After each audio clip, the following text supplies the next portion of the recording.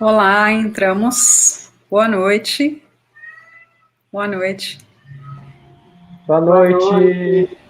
Ai, ótimo. Bem-vindo a todos. Eu sou a Carolina Velasquez, sou artista, educadora e integrante da CA, que é a empresa de gestão em arte, cultura e educação, que está oferecendo, esse chamamento que nasce durante a pandemia e que, através de alguns eixos que podem ser um pouco tabu dentro do sistema hegemônico, do sistema de arte, nós recebemos as inscrições de vários artistas, pesquisas extremamente importantes e interessantes, e agora estamos nessa etapa do chamamento, que são as lives, as conversas, as trocas, são todas reflexões, aglomerações, só que, claro, à distância, que vão produzir um pouco de reflexões, nesse caso de hoje, decoloniais.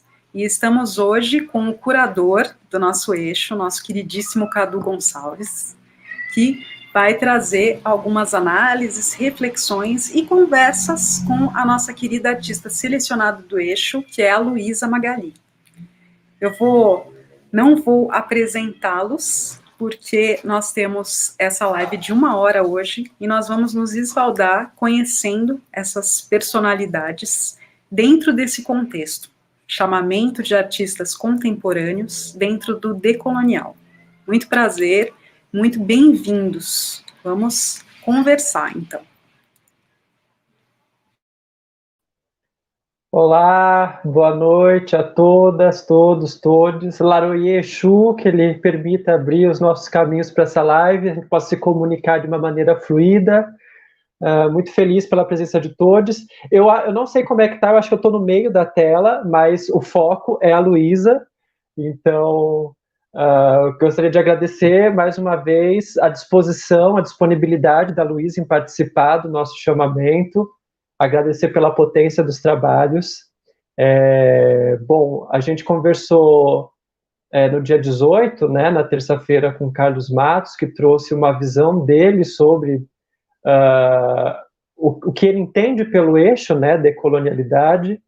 E hoje a gente está falando agora com uma outra artista vinda de outro lugar, com outra estrutura material, poética, de produção, de pesquisa.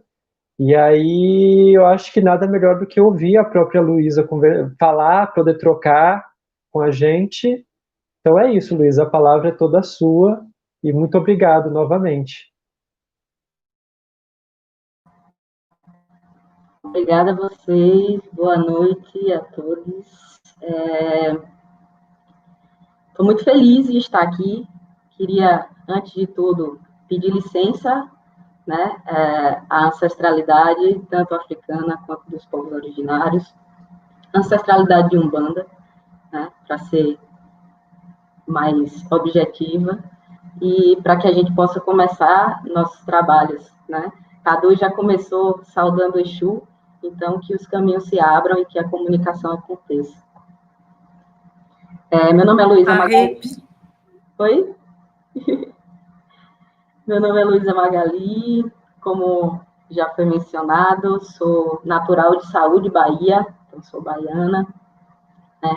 E tenho caminhado, né, entre uma poética que traz ligações, né, entre a Umbanda, a arte e os conhecimentos da natureza, né, que são fundamentos dessa Umbanda e também são materialidades para a arte. Então, queria pedir agora para colocarem a primeira imagem. De antemão, assim, já agradeço a todo mundo que está aí. Estou vendo que tem uma galera, minha irmã está aí. Tipo, eu quero mandar um beijo para minha mãe e meu pai, para vocês, Xuxa. Não, mas muito legal isso, ver a presença, assim, da galera. Carlos Noronha, Manuela Lins, Newton do Vale, Poli, enfim, uma galera que está aí. Um beijo a todo mundo. Então, esse é o trabalho que eu escrevi para Travessias Nômades, por coincidência ou não, né? Acho que por encontro do destino mesmo, esse trabalho também foi feito, elaborado, na verdade, em uma oficina, né? Ele se iniciou em uma oficina chamada Mulheres em Trânsito. Então, os trânsitos e as travessias, né, fazem parte dele, são inerentes a ele, e eu falo um pouco sobre esse desejo, um desejo ansiado de voltar à pátria. Pode passar. Minhas rotas rasgadas nas espumas salgadas foram desgastadas pelo grilhão, pela senzala, pelo porão. Apavoradamente, abro os olhos em uma terra da qual não pertenço, não reconheço o cheiro. Nessa terra trabalhei, vezes morri e me enterrei junto aos meus irmãos, muitos deles adubos de canaviais. Nessa terra ganhei uma tez diferente, claramente fruto do estupro causado às que me antecederam. Toque indesejado em corpos marcados pelas dores do açoite. Morri tantas vezes e nasci tantas outras, aprendi a rezar em outra língua, misturei mandinga com pagelança, dancei na mata com o caboclo das 7 encruzilhadas, mas não me passou a vontade de voltar. Na Bahia, da farinha e do dendê, fiz padê, pedi a Alá e voduns para enfim retornar. Lutei estrategicamente no meu dialeto para então entrar numa destravessia.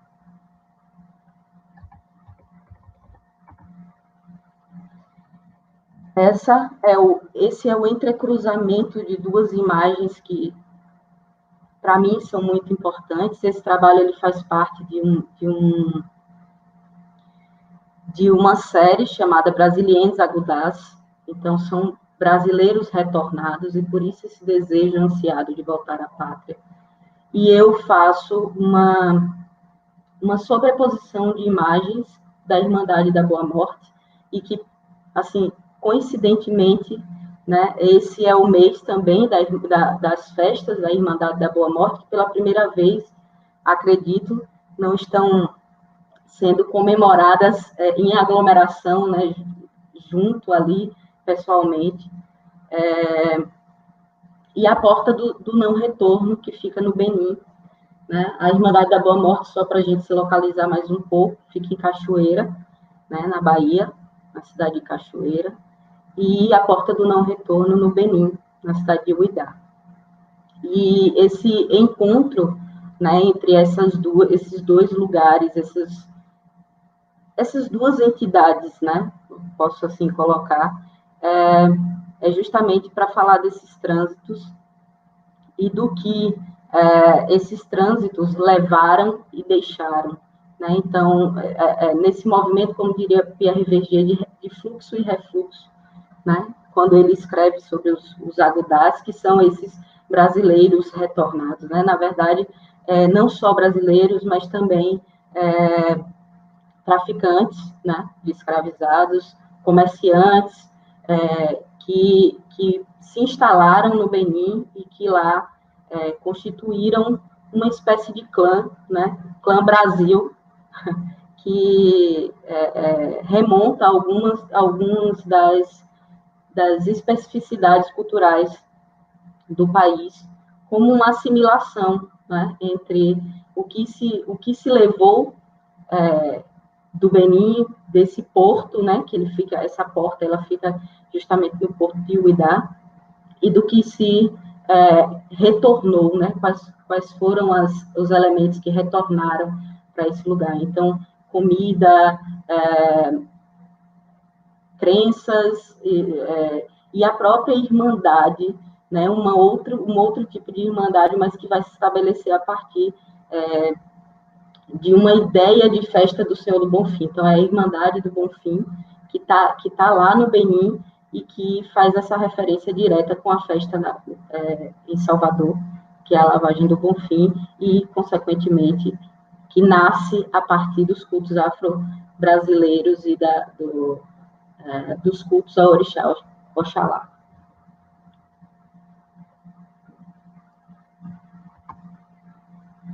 O mar azul e branco e as luzidias pedras, o arfado espaço, onde o que está lavado se relava para o rito do espanto e do começo, onde sou a mim mesma devolvida, em sal, espuma e concha regressada, à praia inicial da minha vida. Esse poema é um poema de uma escritora portuguesa. Esse trabalho ele é feito a partir de recortes de um dicionário português do século XIX. Então, achei também por bem inserir. Esse poema também me marca muito, porque ele é declamado por Bethânia, né? E é uma das minhas referências também. É uma referência para o recôncavo baiano, onde Cachoeira, a cidade de Cachoeira está localizada também, nessa região da Bahia. E esse entrecruzamento entre a palavra, né, que é muito bem falada por Bethânia, nesse sentido, e uma ideia também de colonização a partir da linguagem. Né? Então, tanto as palavras recortadas desse dicionário do século XIX, quanto o poema, né, me diz sobre essa vontade de regressar e sobre também o que aconteceu nesse fluxo e nesse refluxo, né? É essa vontade de voltar para a inicial da vida, né? Nesse lugar que, quando se retorna, não é mais o mesmo, né? Enfim, pode passar. Mergulhar, emergir, submergir, imergir. Além prefixo vernáculo, além mar, além túmulo. São meus sinônimos trans e ultra. É seu antônimo cis. Maré, do latim mare, mar, maremoto, tremor do mar, mareógrafo, instrumento que registra os acidentes dos movimentos do mar. Maré magnum, superabundância, confusão. E acho interessante como essa profusão de significados também trazem ideias contrárias, né? Esse mesmo mar, né? Esse além-mar, esse mar meta, né? Esse meta-mar, né? Estar além dessa água, desse lugar, e o mar e a água como um lugar também fixo, ao mesmo tempo, esse além, ele é um além-túmulo, ele é um além que traz outras, além de vida, morte, né? O mar, para a gente, traz ideia de limpeza, né? De água salgada nos remonta a lugares também. E a lugares muito límpidos, mas também, se formos pensar nessa herança, e principalmente no que aconteceu durante os períodos de colonização, né, trazemos também nesse mar a morte, né, o túmulo, o lugar de sofrimento. Portar, sufixo verbal que envolve ideia de levar, conduzir, aportar, comportar, exportar, importar, reporta, suportar, transportar. Retirante negra, negro.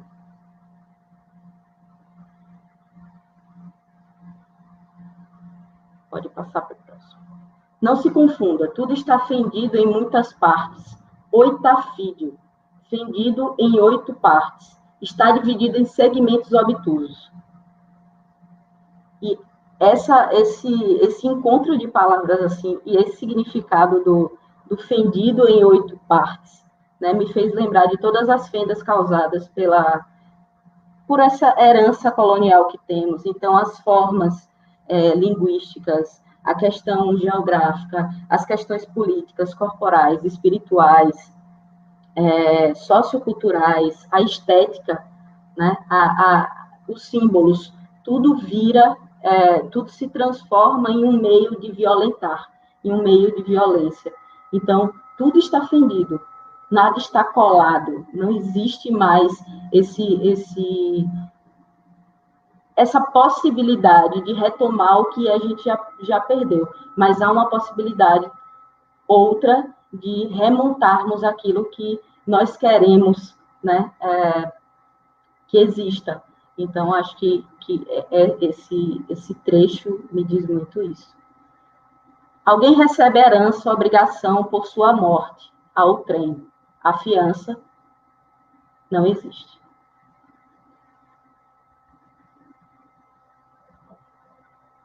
Axé.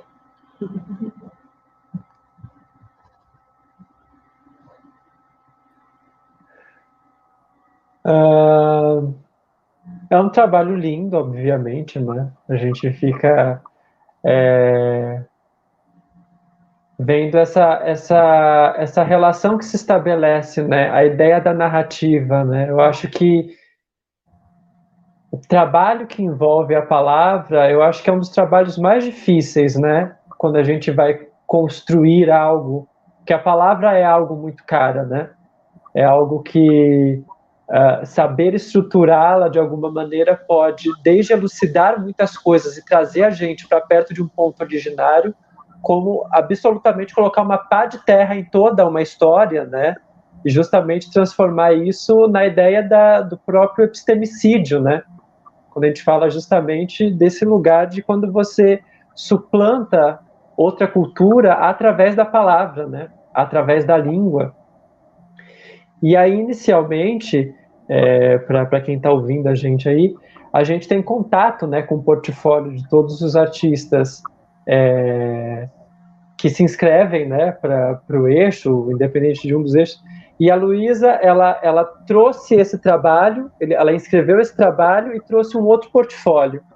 E aí eu fiquei pensando muito nessa escolha dela em trazer o livro, né, em trazer essa ideia de uma construção material completamente diferente, né, um pouco desprendida materialmente, né, do que ela estava produzindo, não poeticamente.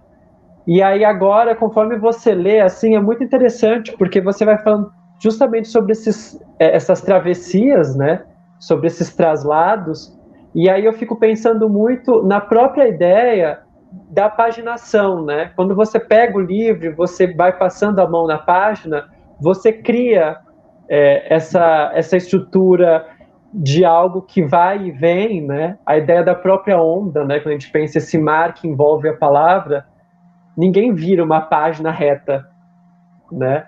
Eu fico pensando muito nisso, que existe um espaço grande que divide dois campos grandes, né? Quando a gente pensa, por exemplo, Brasil e África, né?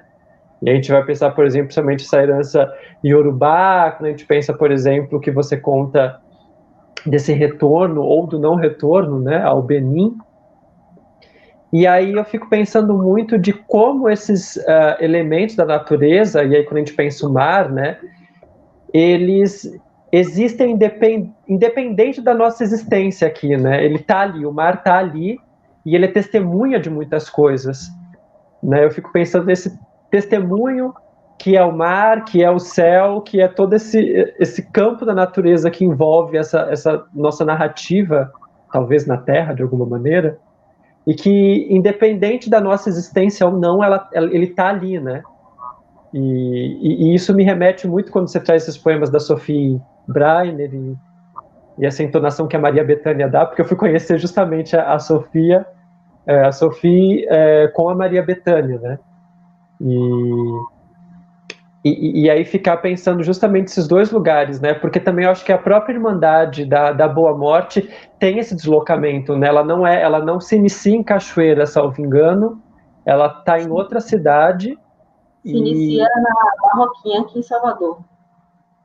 E aí, por conta também desses processos econômicos, né? Porque isso incomodava muito justamente os grandes latifundiários, né? E aí se deslocam para outro lugar, então já existe uma microdiáspora, né? Mesmo que seja de uma cidade a outra, já existe esse êxodo, porque justamente existe um lugar que essas pessoas já não podem mais pertencer, né?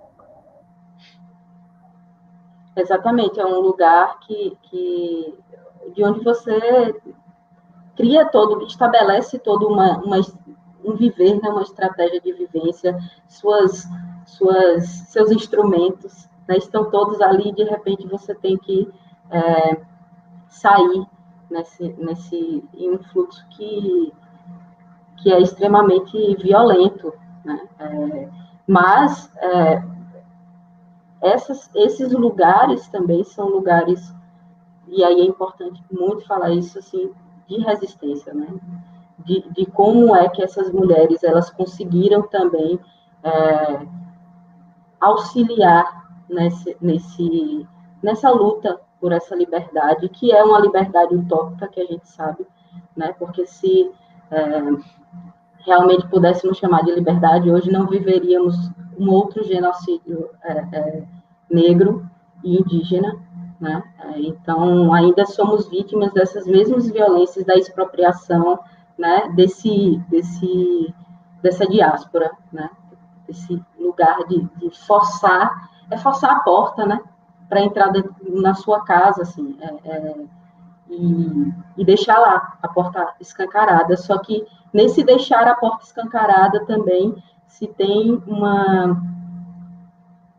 deixa marcas, e que assim, nunca que essas pessoas que arrebentam a porta, elas vão conseguir apagar essas marcas. Eu acho que é isso que movimenta, assim, essas lideranças a continuarem. Porque o que a ancestralidade, a espiritualidade, tanto africana, né, e afrodiaspórica, vou ser mais, quanto dos povos originários brasileiros, se carrega dentro de si, né, não está nos objetos. Assim, apesar da gente lidar com essa materialidade o tempo todo, mas essa vontade de sobreviver, ela está dentro das pessoas, e ninguém pode arrancar isso, né? É muito como os saberes, né? Os saberes estão com as pessoas, e nas manifestações culturais, por exemplo, como da Irmandade da Boa Morte, sobreviver é essencial, né, para que se possa passar oralmente esses saberes. Então, sempre está dentro, nunca está fora totalmente, né? Só que quando se arrebenta a porta, você abre espaço para que algo também seja fendido nessas pessoas, e essas pessoas deixem sair muito mais coisas, né? Acredito que seja assim. Eu fico pensando muito, né, também no desafio que é a construção, por exemplo, de uma narrativa em livro, desse tipo de saber que perpassa muito mais o corpo, né, a história oralizada, porque a gente ainda carrega, né, principalmente academicamente, né, esse lugar de uma organização de pensamento que ainda é branca, né, que ainda é colonial e que ainda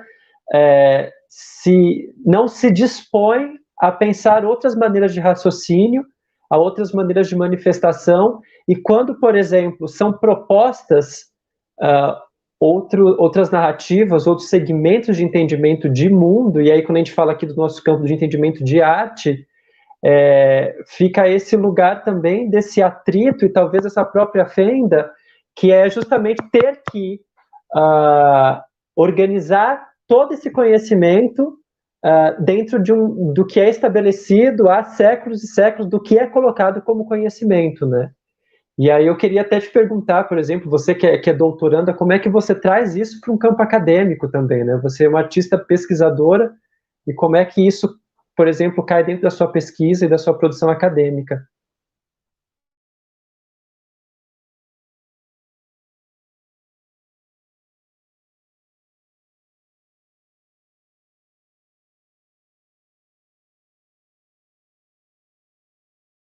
Ela é o que dá motivo para que foi o meu motivo para escrever o meu projeto de doutorado, assim.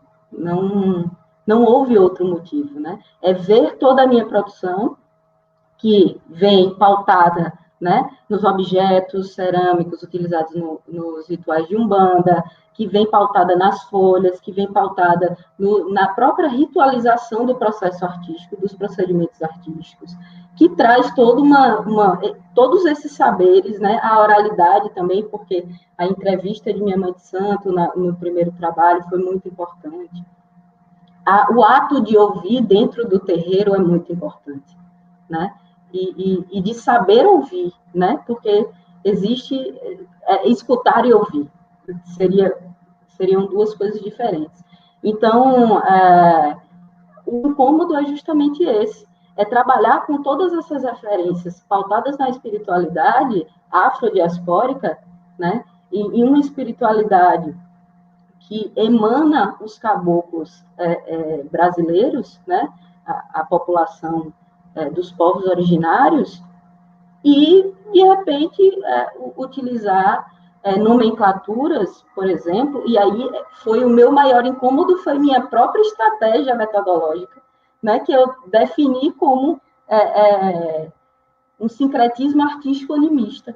E quando eu me vi, eu disse assim, meu Deus, e olha, meu Deus, aí, porque existe a dupla pertença também, as várias pertenças, e a Umbanda lida com isso. Então, eu fiz como assim, né? Primeiro, sincretismo, né? Que é o ato violento de ocultar o que você acredita, sua crença, por imposição de outra.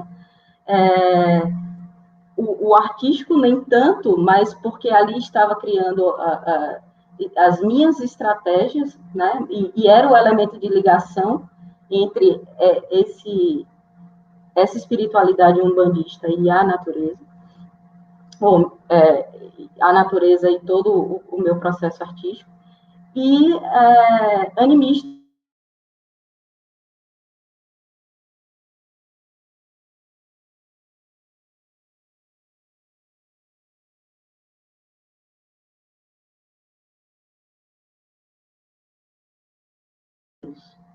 Então, é muito angustiante você se ver nesse lugar, assim, de umbandista, né, e ao mesmo tempo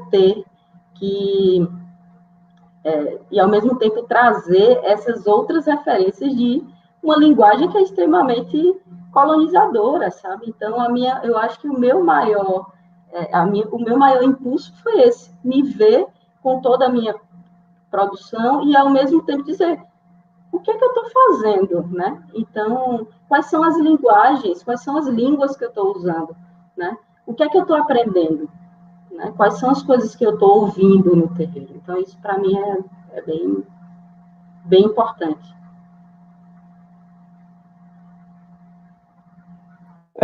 Uma coisa que eu fico pensando também, né, quando você diz sobre esse lugar também de ser umbandista, eu também sou de Umbanda, e é interessante pensar também como esse processo espiritual também vai ser diferente em cada canto, né? Então, a gente está falando, por exemplo, você sendo uma pessoa de Umbanda na Bahia, e quando você me conta, eu já tive a oportunidade, a Luísa já contou aqui alguns processos dela, no terreiro dela, é muito diferente do meu terreiro aqui em São Paulo, né? Existe um ponto, mas o que é mais interessante é esse, assim, existe um ponto que é um ponto fundante, né? Um ponto matriz, dentro, por exemplo, das religiões de matriz africana, seja Umbanda, seja um Candomblé. E aí uma coisa que eu fico pensando dentro desse ponto fundante, que é o que perpassa, eu acho que a poética de todo artista, né, por mais que ele desdobre a linguagem, eu gostaria que você apresentasse um pouco sobre a sua produção tridimensional também. Gostaria que você mostrasse seus trabalhos em cerâmica, se for possível.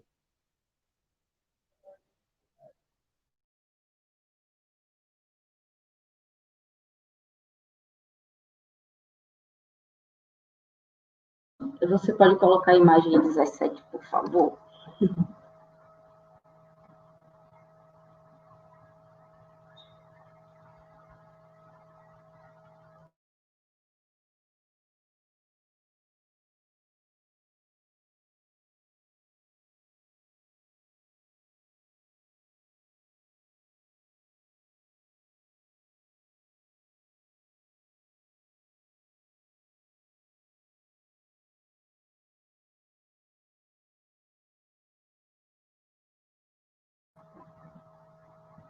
Bom, esse é um dos trabalhos que cada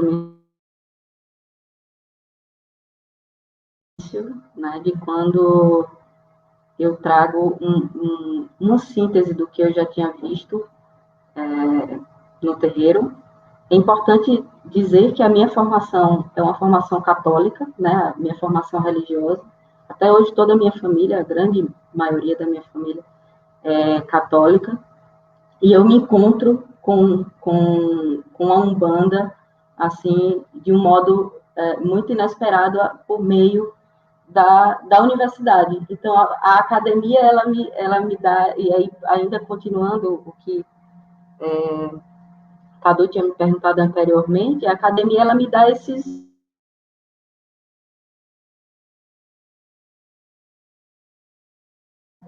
de um modo ali sistemático, né, e correspondendo a esse lugar hegemônico, quanto também um lugar de pensar de modos diferentes por meio de outras narrativas. Então, esse é um trabalho dos contenções, né? Eu fiz uma pesquisa a partir dos objetos que são utilizados nos rituais de Umbanda e trago tanto os elementos formais, né, desses objetos, quanto os elementos,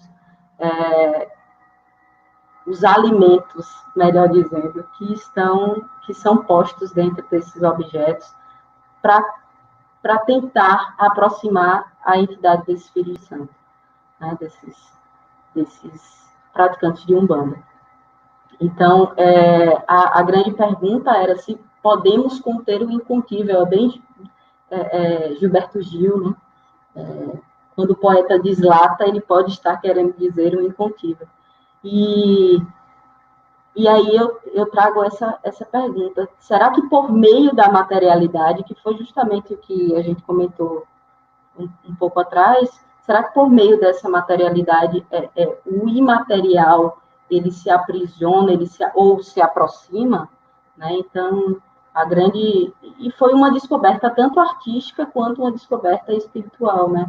As coisas aconteceram muito ao mesmo tempo, assim, sempre dialogando, e o meu lugar de pesquisadora, muitas vezes atrapalhou o meu lugar de umbandista, né? Assim, pode passar. Então, tá aí mais uma imagem. A imagem anterior é uma fotografia de Sarah Hallelujah, que foi minha orientadora nesse primeiro trabalho. Essa é de Cristiano Almeida, que é de lá de Juazeiro. Sou formada na Univasf, no Vale do São Francisco, então o Vale também me deu referências materiais que foram muito importantes, assim, a própria cor do barro, né, e os contrastes, né, com o rio, me fizeram também ir por esse caminho do tridimensional e da cerâmica. Esse é o Mãe da Lama, Pai da Terra, né, que eu faço uma analogia. O anterior, né, eu faço uma menção, né, concreta aos erês, né, aos ibejes, ou a Cosme Damião. Na Umbanda se fala em tudo isso. E o próximo, que é o Mãe da Lama, Pai da Terra, aos orixás do Panteão da Terra, né, como bem sabia falar Mestre Didi. E aí eu trago os elementos, né, de água e terra, e a mistura desses dois no momento de uma ativação dos objetos, né? Então, geralmente eu ia lá com uma outra talha e derramava um outro recipiente e derramava água para que esse seio ele jorrasse essa água que daria, né, uma outra plasticidade à terra, né? E isso também é como se fosse o próprio retorno da cerâmica, apesar de após queimada, né, a terra não voltar ao que era nesse momento. Eu acho que é esse ciclo, né, que eu quis rememorar, esse ciclo da terra que se torna um objeto. E aí, tanto nas religiosidades cristãs, né, quanto para a Umbanda e alguns itãs, né, africanos, que foram trazidos nessa oralidade para as religiões do candomblé e voduns, tambor de mina, etc., também existe a questão de que esse ser humano ele foi criado a partir da lama. Então, quem dá a lama da vida é Nanã, né? E quem cuida desse território terrestre é Omolu, que é também o orixá da terra, das pragas, que também é comemorado nesse mês e que tem feito, né, nas crenças espirituais, para as crenças espiritualistas, um trabalho incansável agora nesse momento de pandemia. Esse é o Deixar Passar, que já é um trabalho do Que Guarda o Silêncio nas Pedras, que é uma outra pesquisa, onde os elementos eles vão ser muito mais dissipados, né? Não trabalho tanto com a ideia formal dos objetos, mas continuo utilizando a materialidade para criar outras experiências espaciais, né? Então, Deixar Passar, para mim,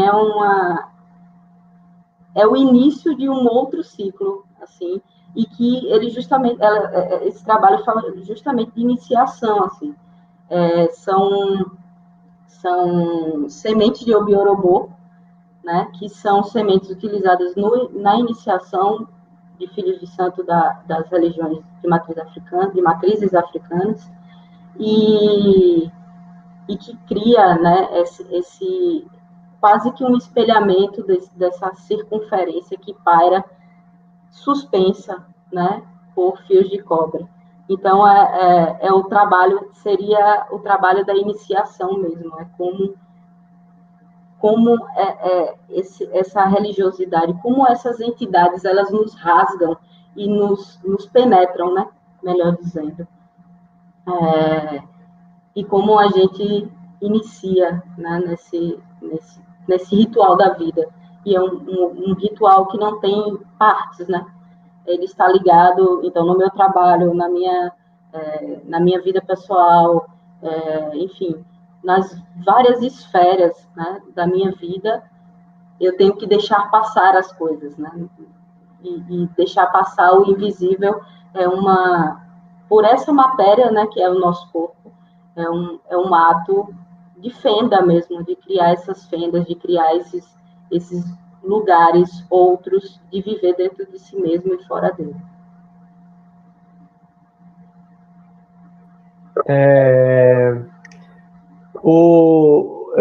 Quando eu vi, né, quando eu vejo, por exemplo, esse seu processo, tanto no livro de artista quanto em outras linguagens, quando eu pedi para você justamente mostrar esses dois trabalhos, eu lembrei muito de um texto feito pelo Homi Bhabha. O Homi Bhabha é um pensador que também trabalha com arte, filósofo indiano, e ele escreve um texto sobre o vazio que existe, o vazio físico, né, que existe dentro da obra do Anish Kapoor, que também é um artista indiano, né, que vive na Inglaterra.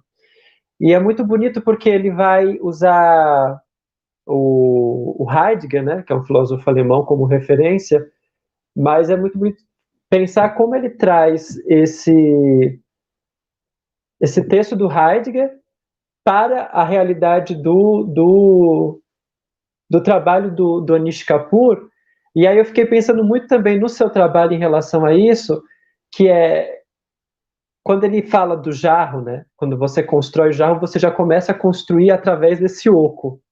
E aí quando você enche essa matéria, o que está dentro desse jarro tem a forma do jarro, mas também esse líquido também é a forma dele, né? É isso que também faz com que esse vazio tenha alguma forma, de alguma maneira. E aí eu fiquei pensando justamente nisso quando você cria essa estrutura, né? E a cerâmica também parte desse moldar o material, E é muito bonito porque você enche essas quartinhas, né, essas espécies de quartinha, só que você corta ela no meio, e aí ao mesmo tempo existe ali uma forma que é colocada, né, você dá a forma cerâmica disso, só que você interrompe esse corpo por um atravessamento. Eu acho isso muito bonito, eu acho isso muito simbólico, assim.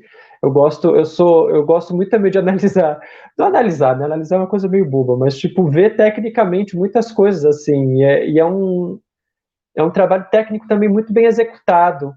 Para quando você se propõe a falar de algo, você fala de uma maneira muito bem acabada, né? E isso também é muito bonito, porque você cria toda uma estrutura de narrativa e todos os elementos estão ali empregados, né? Mesmo, por exemplo, quando você faz o livro, que tem todos esses recortes, eu acho muito bonito porque é um recorte muito pensado, né? Por mais que pareça uma dinâmica ali um pouco caótica de algum sentido, se não existisse essa organização e esse olhar afinado que você dá, por exemplo, na construção desse livro, ele não teria o mesmo impacto nessa narrativa que tem, por exemplo, agora você apresentando para todo mundo. Eu tenho muita vontade agora de ver esse trabalho, né?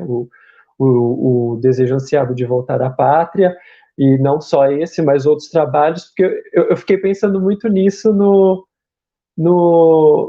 quando eu lembrei desse texto do Homi Bhabha, e aí fiquei pensando muito nisso, assim, a maneira com que você também emprega, né? E aí esse deixar passar, né? Quando você coloca também essa estrutura de cerâmica e tem esses buracos, né? Que também é esse vazio e talvez essa passagem do tempo, né? Que também vão dar a forma ao que você tá propondo, né? Como imagem também. Enfim, acho que viajei muito, por favor, pode retomar aí a sua... Eu acho que você não, acho que foi maravilhoso o que você disse. Muito obrigada. Eu gostaria de aproveitar para fazer uma pergunta do público, tá? Para a Luísa, que é sobre o seu deslocamento. A pergunta é: de que tamanho foi o choque cultural, e se teve, que ao você sair do interior e aterrissar no centro efervescente da religiosidade e ancestralidade negra que é Salvador? Essas são palavras do artista Luiz Martins. Massa. É muito interessante essa pergunta, porque na cidade de onde eu venho, que é Saúde, Bahia, e que agradeço muito vocês, eu já falei isso em outro momento, mas agradeço muito a Cá ter colocado o meu lugar de origem, né, nas chamadas. Isso para mim é muito importante. É uma cidade de maioria católica, né, e hoje protestante também.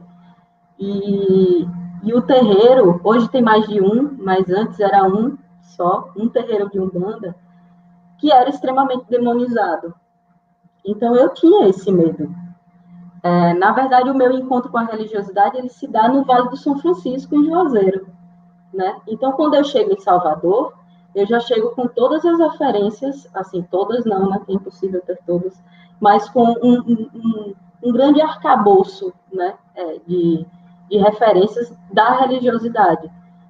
Aqui em Salvador, eu visitei alguns terreiros tradicionais, da Casa Branca, por exemplo, que é dito o primeiro terreiro de candomblé de Salvador e, enfim, do Brasil, né?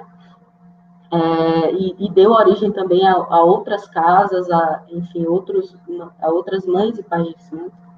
E então eu acho que é uma outra descoberta no sentido de me deparar com as diferenças. É como o Cadu falou anteriormente, assim, a minha casa e minha mãe de santo, né, mãe Isabel Mameto, e meu irmão Lennon, eles me ensinaram uma coisa: a folha que na minha casa mata, na sua pode curar, e vice-versa. Então é muito, muito isso, é o encontro com essas diferenças espiritualistas mesmo. com a preparação das coisas, o modo de se cultuar, a língua falada, porque, essencialmente, né, na Umbanda se fala português, banto e, por vezes, iorubá, né? E no candomblé tem tem a ânsia pela linguagem matriz, né? Então, todas essas diferenças, para mim, foram importantíssimas, assim, para saber assimilar as coisas e para saber de onde eu estava falando. Eu acho que foi muito importante para me localizar nesse sentido. Assim dizer, eu falo a partir, não por, isso é importante. Eu falo a partir da minha realidade, da minha vivência na Umbanda, né? Que vai ser diferente no Candomblé, vai ser diferente na Umbanda do Rio, vai ser diferente na Umbanda paulista, vai ser diferente na pagelança, apesar da gente ter caboclo na Umbanda, mas para os encantados, né, o culto dos encantados pelas etnias dos povos originários por meio de uma outra experiência, apesar da gente usar os elementos, né, a fumaça, a terra, a água, os elementos da natureza no sentido muito amplo, as ervas, né, e a gente se encontra nesses lugares, assim. Então, não foi para mim um choque tão grande, porque eu vivi também uma graduação com muitas experiências culturais. Assim, na época, Juazeiro fervia arte. E eu não tive uma formação, né, no ensino médio, no ensino fundamental, artística. No ensino médio, eu comecei a participar de outros festival de música, na época. Então, tem isso também na minha vida. Então, já foi... Acho que era o que eu esperava. Salvador era o que eu esperava. Desde pequena, assim. Eu vou aproveitar, já aviso, né, que tem muitos e muitos comentários, aglomeração total online, muito querida, muitos elogios. Depois, né, como toda live ela fica gravada, né, aqui também vão ficar presentes os comentários, aí eu sugiro que você vá lá respondendo, porque são mensagens lindas, né. E tem uma pergunta do Carlos Matos, e ele fala: sempre fico curioso com os diferentes modos com que nos encontramos com os materiais que nos apropriamos no trabalho de arte. Como foi o primeiro contato com esse poema português? Por que caminhar junto a ele? Então, o primeiro contato é nesse disco de Bethânia, né, que é um disco que ela faz muitas referências à religiosidade e à cultura popular. E essa ideia de brasilidade, né, que foi criada ao longo do tempo. Então, o meu primeiro contato com ele foi esse, e ele sempre me tocou muito, né, a ideia do retorno, né, a essa praia inicial. Era um trabalho, era um poema também que era lido na época que eu tinha um grupo chamado Coletivo Não Identificado, que era um coletivo de música, e o meu companheiro, Zusa, que cantava, ele, companheiro de banda, né? Porque minha companheira da vida é Luísa Gardini, mas ele declamava esse poema, e ele sempre veio muito marcado. E aí ela fala sobre esse encontro das águas também, né? Canta Pedrinha Miudinha, então ela canta para os caboclos, ela vai e canta para as águas, e ela vai fazendo essa costura. Chega para mim dessa forma. E depois, né, eu me encontro com ele em 2020. Esse trabalho é de 2020, antes da pandemia, né? Ele foi costurado antes da pandemia.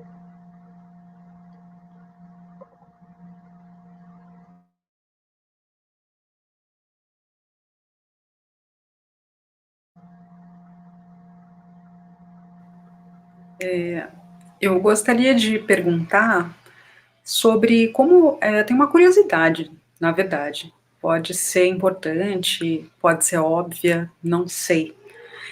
Eu lembro que na nossa primeira fase, né, de reunião, onde cada artista do eixo se apresentou, surgiu essa questão do ouvir, né, que você já disse, essa diferença entre ouvir e escutar. E como é que você, a minha pergunta é, como você traria o que você vivencia, essa experiência dentro da Umbanda, se você encara como uma pesquisa de campo, ouso colocar essa nomenclatura, parte do processo criativo, e essa experiência através da escuta, escutar estas palavras, escutar o que se passa, né, de geração para geração, dentro da comunidade. Como que isso vai até a academia? Será que isso vai ser utilizado na pesquisa, durante a escrita? Isso vai, né, pergunta final, isso vai se tornar vigente tal como né, vigenciado, né, no aspecto científico, com todas as referências bibliográficas que de que são construídas a tese? Eu posso te responder com um dos textos que fala sobre esse trabalho do deixar passar e que está na minha dissertação? O som rasteja pelo chão e sobe pelas pernas. Se amarra no pescoço como chocalho de contas, como sino em constante tilintar. Ouço a terra tremer, sinto a carne, o osso, a poeira, a cabeça pressionar de modo visceral. A boca seca, o olho cheio d'água, o nó na garganta, fome e enjoo. Há vontade em não sair do lugar, mas o coração dispara como se tivesse em movimento acelerado. O olho se afoga, as mãos pesam, o corpo não corresponde, a voz muda. O som que sai da boca é de água de chuva.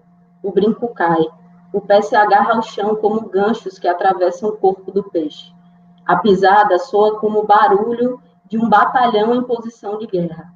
Pediram-me para girar, dancei. Já não sou, já não vejo, não escuto.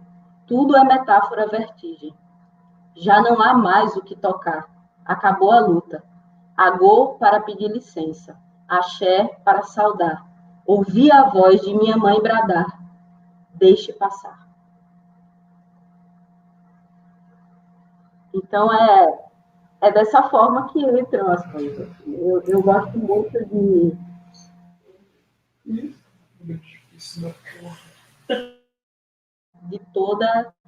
todo esse conjunto de trabalhos, né, que um dia eu pretendo publicar os dois juntos, assim, para que a coisa, né, se comunique, essa linguagem visual e a linguagem verbal.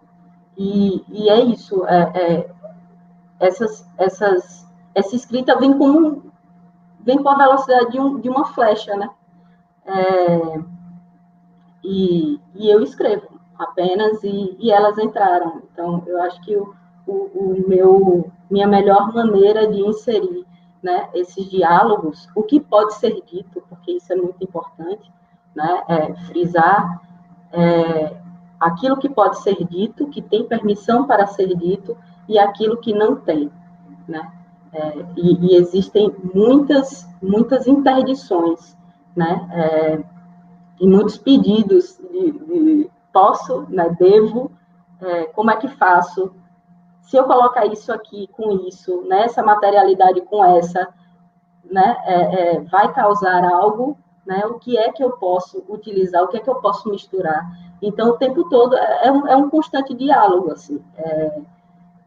Eu tive Sara Haleluja como orientadora, Ariel Araújo, né, como orientador de mestrado e agora no doutorado também, e eles sempre foram muito compreensivos nesse sentido, né? O que é que sua mãe de santo fala sobre isso? Né? O que é que ela diz? Qual é você pediu permissão, né? Ariel fala muito isso. Você pediu permissão para fazer determinada coisa, determinado trabalho. Então, o tempo todo, essas falas que estão ocultas na escrita acadêmica, né, elas surgem de um modo intempestivo e eu acho que por meio de uma tradução que que já é pelo que passa pelo meu corpo mesmo.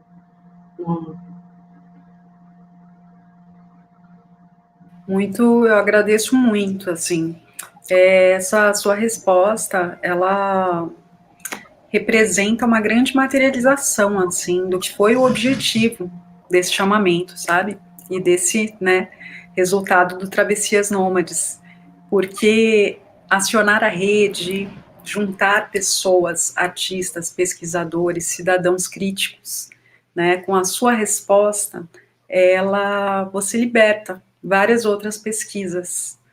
Tem muitas pessoas, né, entre nós, artistas, que ainda se perguntam, né, isso pode, né, eu posso, e artistas como você vão abrindo esse caminho, e é muito, muito importante, agradecida. Eu que agradeço, Carol, foi, assim, é muito bom, eu gostei, assim, estou muito realizada com esse encontro com a Cá, com Travessias Nômades, com você, com o Cadu, com os demais artistas também, Luiz, Ed, Carlos e Andréa, e estou muito feliz mesmo assim, com o que aconteceu. Queria agradecer também aos pagantes dessa live, aos meus amigos que estão aí, e que Adriano Machado, Renata Voz, que sempre estão juntos também, fazendo os registros dos meus trabalhos, Mário Vasconcelos, Josemar Antônio, uma galera que eu troco ideia, que não tem como mencionar todo mundo aqui, né? Mas que eu agradeço as trocas também no Instituto Federal, né? No IF Baiano, que é onde eu trabalho com a galera do NEAB, o Núcleo de Estudos Afro-Brasileiros Indígenas, com o pessoal do GENI, que é o Núcleo de Estudos de Gênero e Sexualidade também. Então, a gente vem construindo não só esse trabalho artístico, mas também um trabalho um levante educacional, né? Que eu acho que isso é muito importante para que esses artistas se multipliquem, esses pesquisadores se multipliquem e as pessoas percam realmente assim esse medo, como você bem mencionou, de se posicionarem, de se colocarem como pessoas, né, com suas especificidades. E aí eu costumo dizer que eu tenho vários marcadores, né? Tipo, artista, umbandista do interior, mulher, lésbica, então, professora. Então, vários marcadores que às vezes, por vezes, causam muito medo nas pessoas, assim, né? Que estamos aí para multiplicar as coisas. Bom, é maravilhoso porque trabalho bom é o trabalho que o curador não consegue dar pitaco. Então, eu tô maravilhado te ouvindo aqui. Agradeço muito a todo mundo que esteve aqui com a gente. Agradeço demais a Carol, sempre o pessoal da cá. Luísa, muito obrigado pela disponibilidade. Obrigado por entregar para a gente esse trabalho tão potente para a gente poder somar junto. E só tenho a agradecer.